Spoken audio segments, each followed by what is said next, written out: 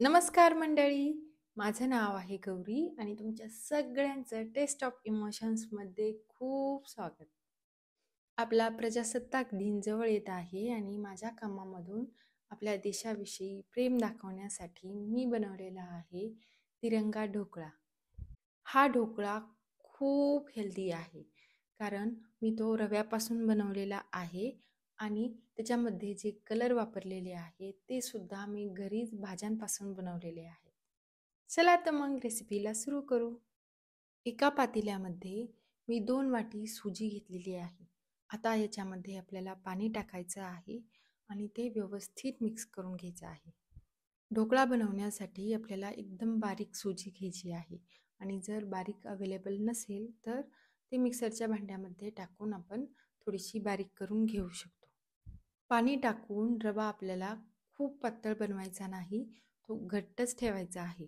कारण नंतर आपण याच्यामध्ये कलर टाकणार आहोत आणि ते कलर टाकल्यानंतर जर खूप पातळ झालं तर आपल्या ढोकळ्याला मस्त जाळी पडणार नाही.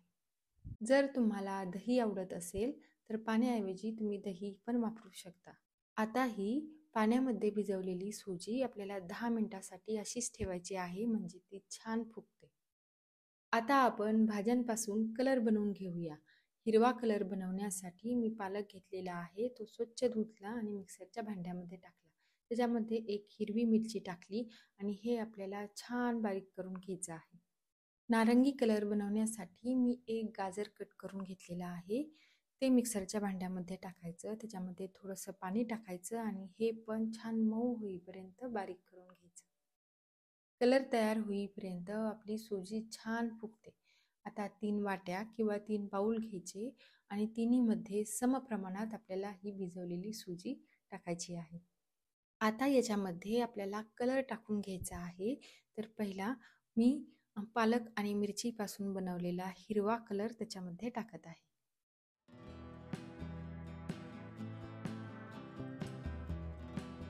या मिश्रणाची आपल्याला अशा प्रकारची कन्सिस्टन्सी ठेवायची आहे. याच्यापेक्षा खूप पातळ झाली तर ढोकळा जाळीदार होणार नाही.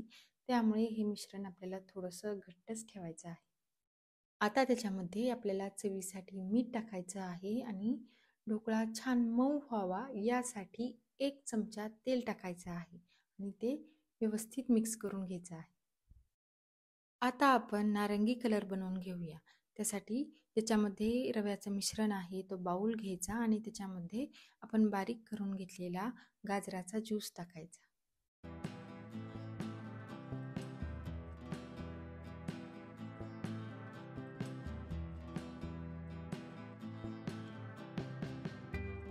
नारंगी कलर थोडा डार्क व्हावा यासाठी मी थोडीशी याच्यामध्ये हळद टाकत आहे. त्यानंतर टाकायचं आहे चवीसाठी मीठ आणि 1 चमचा तेल आणि हे सगळं मिक्स करून घ्यायचं आहे. पांढरा कलर बनवण्यासाठी जे मिश्रण आहे ते तसंच घ्यायचं आहे. त्याच्यामध्ये पाणी टाकायचं आहे आणि बाकीच्या मिश्रणांची जशी कन्सिस्टन्सी बनवलेली आहे तशी बनवायची आहे. चवीसाठी मीठ टाकायचं आहे, 1 चमचा तेल टाकायचं आणि ते मिक्स करून घ्यायचं आणि बाजूला ठेवायचं. आता मी इडलीचं भांडं घेतलेलं आहे. त्याच्यामध्ये 1.5 ते 2 ग्लास पाणी टाकायचं. त्याच्यामध्ये ते स्टँड ठेवायचं आणि झाकण ठेवून हे पाणी आपल्याला गरम होण्यासाठी ठेवायचं आहे. ज्या भांड्यामध्ये आपण ढोकळा बनवणार आहोत त्या भांड्यामध्ये 1 चमचा तेल टाकायचं आणि ते भांड्याच्या सगळ्या साईडनी व्यवस्थित लावून घ्यायचं म्हणजे आपला ढोकळा पटकन निघेल. आता हिरव्या कलरचं मिश्रण घ्यायचं. त्याच्यामध्ये अर्धा चमचा इनो फ्रूट सॉल्ट टाकायचं आणि ते मिक्स करून घ्यायचं.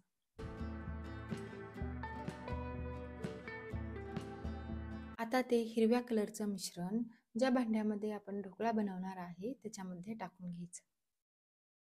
इडलीच्या भांड्यावरचं झाकण काढायचं. त्याच्यामध्ये हे ढोकळा बनवण्याचं पातेलं ठेवायचं. परत झाकण लावायचं आणि आपल्याला हे 4 मिनिटासाठी शिजवून घ्यायचं आहे. नंतर पांढऱ्या कलरचा बाउल घ्यायचा. त्याच्यामध्ये अर्धा चमचा इनो फ्रूट सॉल्ट टाकायचं आणि ते मिक्स करून घ्यायचं. इनो टाकल्यानंतर ते मिश्रण आपल्याला खूप वेळासाठी ठेवायचं नाही.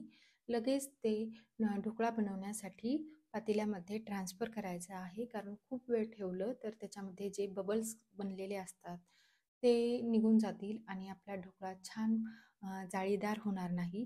त्यामुळे मी आता पातेलं घेतलेलं आहे. त्याची वरची लेयर बऱ्यापैकी घट्ट झालेली आहे आणि आता त्याच्यामध्ये आपल्याला हे पांढऱ्या कलरचं मिश्रण टाकायचं आहे.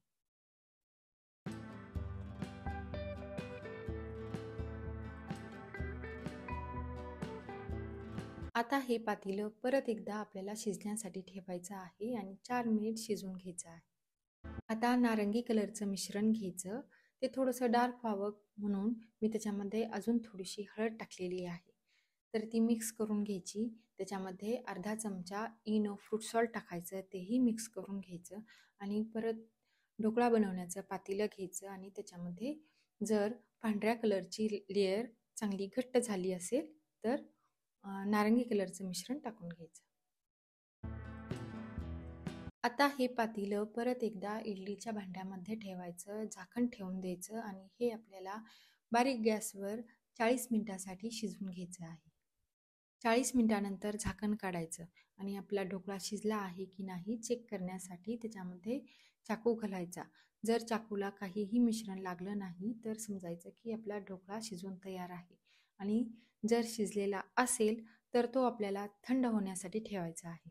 या चाकूला नारंगी कलरचं मिश्रण लागलेलं आहे, पण पांढऱ्या आणि हिरव्या कलरचं लागलेलं नाही. याचा अर्थ की त्याची नारंगी कलरची लेयर अजून थोडीशी शिजण्याची बाकी आहे. त्यामुळे मी परत एकदा झाकण ठेवून 5 ते 10 मिनिटासाठी शिजवून घेणार आहे.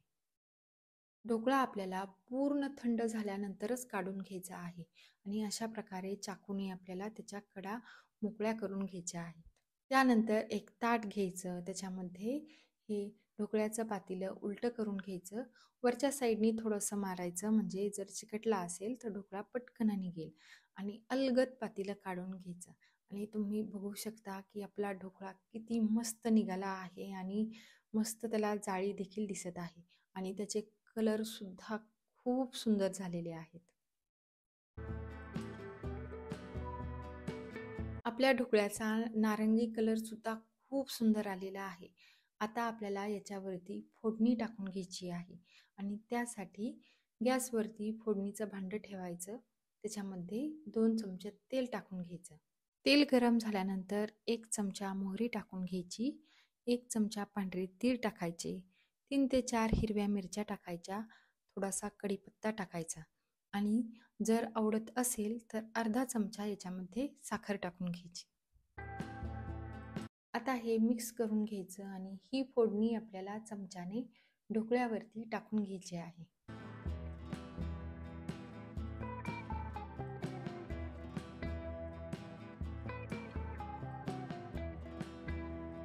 आपला मस्त ढोकळा तयार झालेला आहे. आता हा आपण असाही खाऊ शकतो किंवा याची चव वाढवण्यासाठी याच्यावरती आपण थोडंसं खोबरं टाकून घेऊ शकतो. आपण सुकं किसलेलं खोबरं टाकू शकतो किंवा डेसिकेटेड कोकोनट टाकू शकतो. जर ढोकळा मार्केटमध्ये भेटतो तसा चौकोनी कट करायचा असेल तर फोडणी टाकायच्या आधीच कट करून घ्यायचा. पण मी तो केकसारखा कट करणार आहे, त्यामुळे मी आधी फोडणी टाकून घेतलेली आहे आणि मी तुम्हाला हा ढोकळा थोडासा कट करून दाखवते. आणि तुम्ही बघू शकता की आपल्या तिरंगा ढोकळ्याच्या मस्त 3 लेयर झालेल्या आहेत. कलर खूप सुंदर झालेला आहे आणि छान जाळीदारही झालेला आहे. या प्रजासत्ताक दिनाला अशा प्रकारचा ढोकळा तुम्ही नक्की बनवून पहा आणि मुलांच्या डब्याला द्या. तेही खूप खुश होतील आणि त्यांना कसा वाटला मला कमेंट करून सांगा. जर तुम्हाला हा मी बनवलेला ढोकळ्याचा व्हिडिओ आवडला असेल तर ते देखील कमेंट करून सांगा. हा व्हिडिओ तुम्ही शेवटपर्यंत पाहिला असेल तर तुमचे खूप आभार. Bye bye.